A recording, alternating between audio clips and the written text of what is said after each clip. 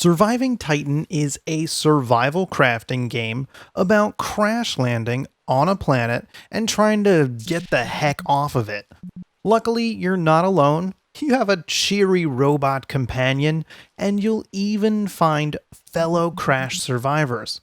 Surviving Titan has some interesting mechanics, but also some minor annoyances that are definitely my pep peeves.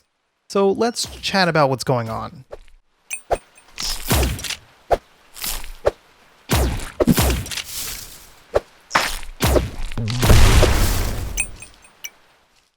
Initially, you're given some crafting work that helps to take your mind off your situation. Your little robot friend pushes you to craft some basic tools first. Of course, you've got an axe and a pickaxe to start chopping down some trees and mining, and then just picking up anything you find on the way. After that, you can craft a workbench to make more advanced things like a smelter, an anvil, and a carpentry table.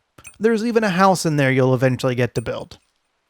The most important items are chests, though, and so we've reached the first pet peeve: tiny inventories. While the player can hold 24 items, there is a limit to stacking, and chests only hold 8 items. What really bugs me about it is that there's no way to destroy an item.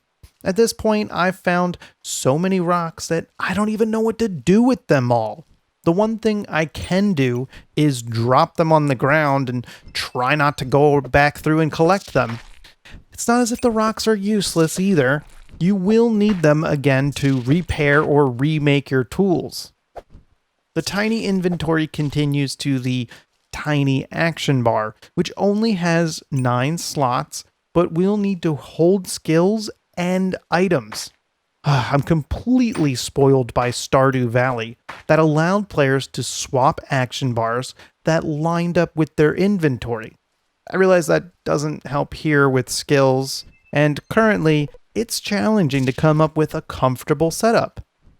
Anyway, the skill tree is interesting and has useful abilities. For example, being able to increase your night sight.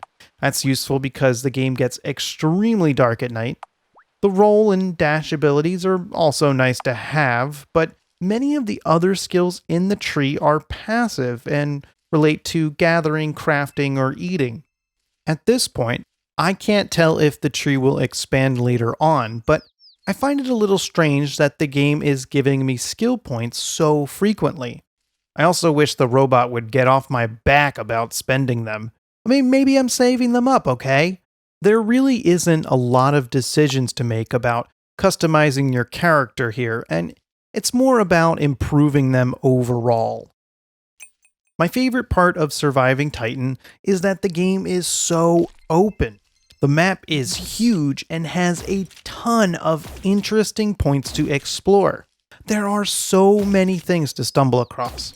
For example, when you happen to come upon one of the survivors by accident, or a crashed ship, or a cave, it's so exciting. The other survivors will even come and help you get off this planet. However, the openness comes at a cost of not directing the player to a goal. I feel directionless, and I'm not sure what to do next. But how can something be your favorite part of the game and hurt the experience? Well, there's a fine line to walk between giving the player everything and gently nudging them to their next objective. Games like My Time at Portia, it's a perfect example of slightly pushing the player in one direction.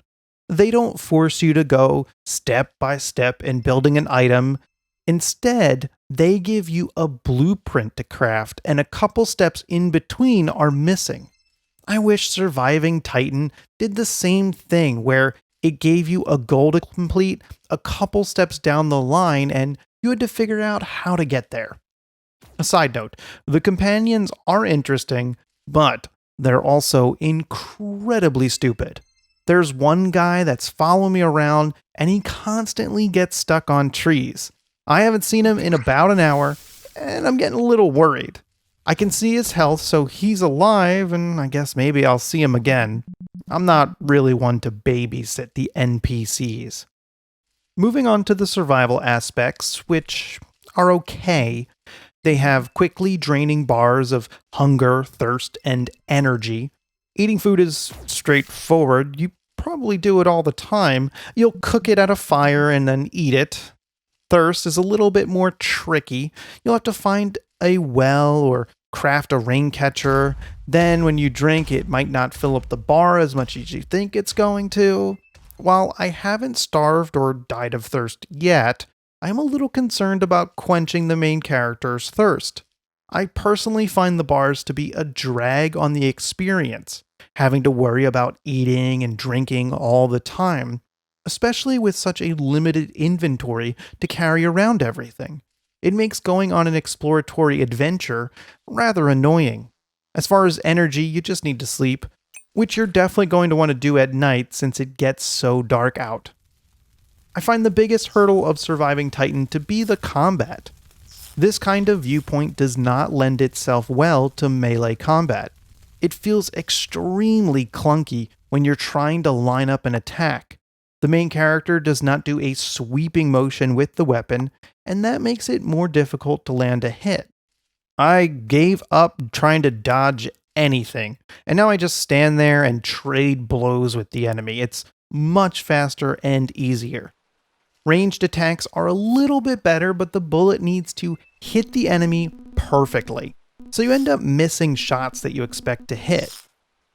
Overall, surviving Titan is fine, but it's one of those games I play wrong, so I can't be successful. I know the open exploration is going to be for somebody, though. Managing the survival elements while pushing yourself to the limits of exploring the island is interesting. At least you're not alone, so you have some helpful companions to go on your adventure too. Thank you. Surviving Titan was a game I played, but what should I play next? Thank you very much for watching, and you'll hit subscribe now.